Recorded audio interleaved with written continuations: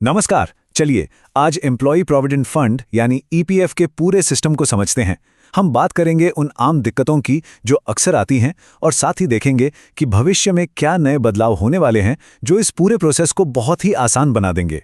तो आज हम क्या क्या जानने वाले हैं? ये वो 5 खास पहलू हैं जो ईपीएफ निकालने की पूरी प्रक्रिया को समझने में हमारी मदद करेंगे। सबसे पहली और सबसे आम मुश्किल जो कई लोगों के सामने आती है वो ये है कि उन्हें विड्रॉल फॉर्म्स दिखते ही नहीं हैं। तो सवाल उठता है कि ऐसा क्यों होता है?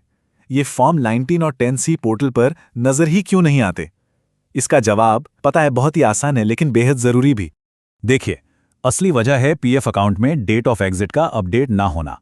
जब तक ये तारीख अपडेट नहीं होती, ईपीएफओ सिस्टम को यही लगता है कि मेंबर अभी भी नौकरी कर रहा है और इसीलिए वहां सिर्फ पीएफ एडवांस का ऑप्शन ही दिखाई देता है। और हाँ, इसमें एक बात और ध्यान रखने वाली है। एग्जिट डेट को खुद से अपडेट करने के लिए आखिरी कंट्रीब्यूशन के बाद कम से कम 2 महीने इंतजार करना पड़ता है। ये एक ज़रूरी नियम है। लेकिन अच्छी खबर यह है कि अब किसी को अपने पुराने एम्प्लॉयर पर निर्भर रहने की ज़रूरत नहीं है। इन 5 आसान स्टेप्स को फॉलो करके इसे खुद ही अपडेट किया जा सकता है।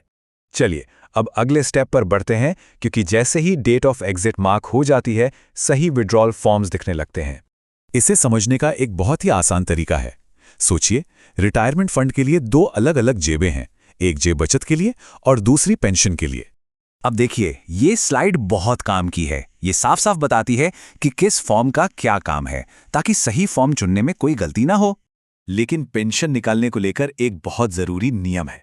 अगर कुल नौकरी 10 साल से ज़्यादा है तो पेंशन का पैसा एक साथ नहीं निकाला जा सकता। उसके बदले एक स्कीम सर्टिफिकेट मिलता है। ऑनलाइन अप्लाई करने का प्रोसेस 2 स्टेप्स का है। हमेशा याद रखें, पहले फॉर्म 19 भरना है और उसके बाद फॉर्म 10C। अब बात करते हैं भविष्य की। पीएफ फंड्स निकालने का पूरा तरीका एक बहुत बड़े सिस्टम अपग्रेड के साथ और भी ज़्यादा आसान होने जा रहा है। जी हाँ, ये प्रोसेस बदल रहा है। ईपीएफओ 3.0 एक नया आईटी प्लेटफॉर्म है जिसे सर्विसेज को और तेज बनाने के लिए ही डिज़ाइन किया गया है। मतलब जो काम कई दिनों में होता था वो अब लगभग तुरंत हो जाएगा। और इसके फायदे देखें। यूपीआई और एटीएम कार्ड से तुरंत पैसा निकालने की सुविधा, ऑटो सेटलमेंट की लिमिट बढ़कर 5 लाख रुपए हो जाएगी। और तो और एम्प्लॉयर की मंजूरी की ज़रूरत भी नहीं पड़ेगी।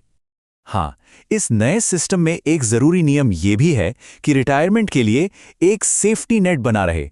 इसके लिए अकाउंट में कम से कम 25% बैलेंस बनाए रखना होगा। अच्छा, इतना बेहतर सिस्टम होने के बावजूद भी कुछ ऐसी आम गलतियां हैं जिनकी वजह से क्लेम में देरी हो सकती है या वो रिजेक्ट भी हो सकता है। तो सबसे आम गलतियां क्या हैं? देखिए, ज्यादातर क्लेम रिजेक्ट होने की सबसे बड़ी वजह है डेटा का मैच ना होना। मतलब नाम या जन्मतिथि का पीएफ रिकॉर्ड आधार और बैंक में अलग-अलग होना। इसीलिए रिकॉर्ड्स का बिल्कुल सही होना बहुत जरूरी है।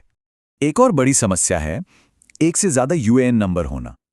अगर इन्हें मर्ज नहीं कराया गया तो पता भी नहीं चलेगा और धीरे धीरे रिटायरमेंट की बचत कम होती जाएगी।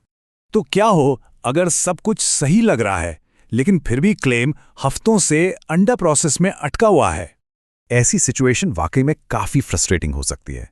लेकिन घबराने की बात नहीं है, इसके लिए भी एक ऑफिशियल और असरदार रास्ता है। और इसका समाधान है EPFIGMS पोर्टल।